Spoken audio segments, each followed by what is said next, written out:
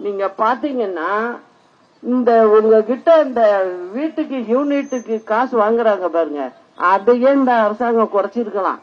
ஏன்னா இப்படி வீணா போயிட்டு இருக்கு, வேஸ்டா போயிட்டு இருக்கு. இன்னொன்னு மின்சாரம் நம்மளே தயாரிக்கலாம். அம்மா தயாரிக்கிற அளவுக்கு எல்லா ஏற்பாடும் பண்ணி நடத்துனாங்க. ஆனா இவங்க எல்லாத்தையும் ரிப்பேர் பண்ணி போட்டுட்டு வெளியில தனியார்ட்ட காசு கொடுத்து வாங்குறாங்க. காசு கொடுத்து ஏன் வாங்குறாங்கன்னு உங்களுக்கு எல்லாம் தெரியும். மேற்கொண்டு அவங்களுக்கு வாங்கிக்கிட்டு அத காசு கொடுத்து வாங்கிட்டு இங்க ஜனங்க தலையில ஒரு யூனிட் இவ்வளவு காசு கூட கொடுன்னு சொல்லி வாங்கிட்டு இருக்காங்க.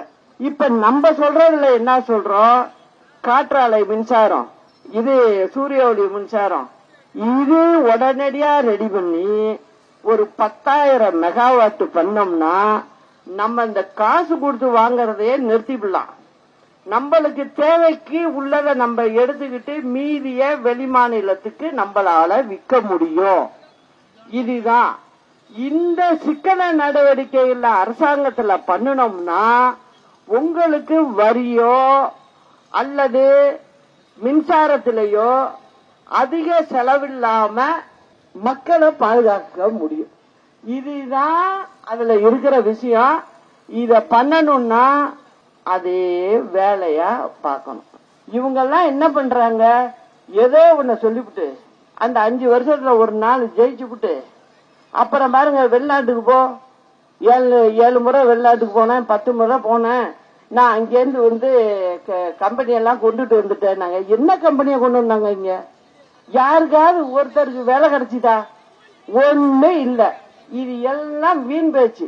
அதனாலதான் நான் மக்களுக்கு சொல்றேன், இந்த தேர்தல் மக்களுக்கான தேர்தல். இதுல காப்பாற்றப்படலைன்னா இன்னும் 20 வருஷம் ஆகும் திருப்பி நம்ம சரி பண்ணி கொண்டு வர்றதுக்கு. அதுதான் உண்மையான நிலைமை. அத புரிஞ்சுக்கிட்டு இந்த டோக்கன் தர்றேன், இதை தர்றேன், அதை தர்றேங்கிறதுக்கு பக்கம் திரும்பாதீங்க. இன்னொன்னு சொல்ற, அவங்க என்ன கொண்டாந்து கொடுத்தாலும் எங்களுக்கு ஓட்டு போடுங்கன்னு சொல்லி கொடுத்தா எல்லாம் உங்க படம் தான். வாங்கிக்கிங்க, நீங்க வாங்காம இருக்காதீங்க. ஆனா வாக்க மட்டும் போட்டக்கூடாது, அந்த குரூப்புக்கெல்லாம் போட்டக்கூடாதுங்கிறத உங்களுக்கு நான் தெளிவா சொல்லிட்டேன். அது இங்க நம்ம எதிரி குரூப்ல இருக்குல்ல, துரோக குரூப்ல, அதையெல்லாம் உள்ளரே விடக்கூடாது, திருப்பி அசம்பிளிக்குள்ளே போக கூடாது. அந்த அளவுக்கு நீங்க எல்லாம் கெட்டிக்காரத்தனமா இருந்து ஜெயிக்க விடாம பாருங்க.